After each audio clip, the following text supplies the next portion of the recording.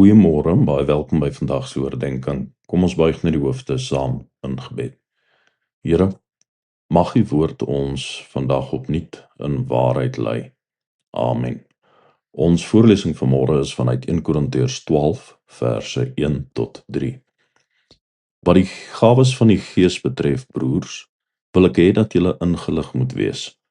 Julle weet dat, toe julle nog heidene was, julle blindelings na die stom afgode meegevoer is. Daarom wil ek hê, julle moet weet dat iemand wat sê, vervloek is Jesus, nie deur die Gees van God praat nie. En niemand kan sê, Jesus is die Here nie, behalwe deur die Gees. Die woord gawes kom nie in die Griekse teks voor in vers 1 nie. Dit word wel by die vertaling gevoeg omdat die konteks vanaf vers 4 oor geestelike gawes handel. Ek wys dit uit omdat die eerste 3 verse nie in die eerste plek oor gawes gaan nie, maar oor die aard en karakter van die Heilige Gees.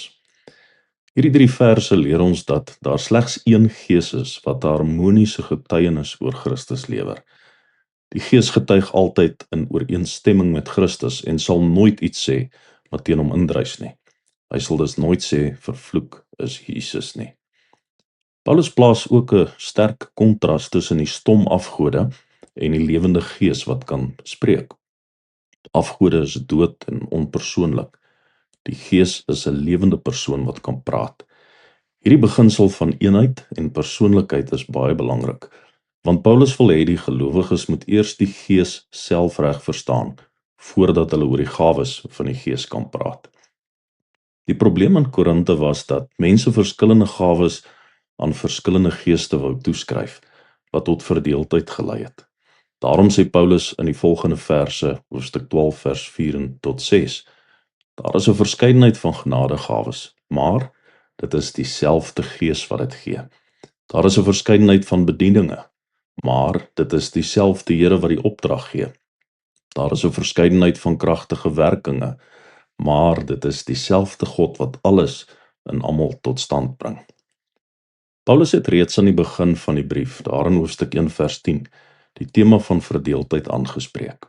Hy skryf daar en sê, ek doen 'n beroep op julle almal, broers, in die naam van ons Here Jesus Christus, om eensgesind te wees.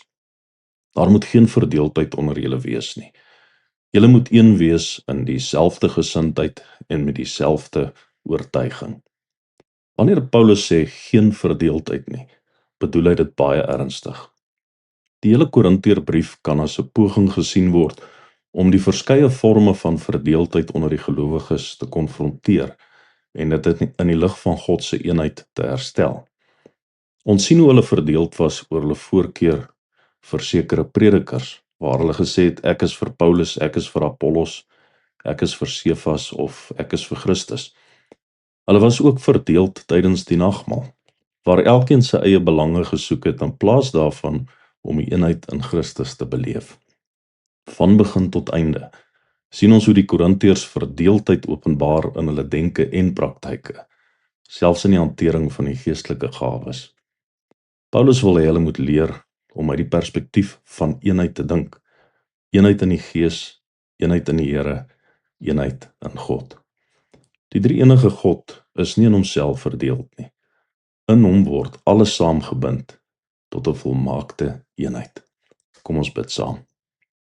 Here, help ons asseblief om in u eenheid te wandel. Amen.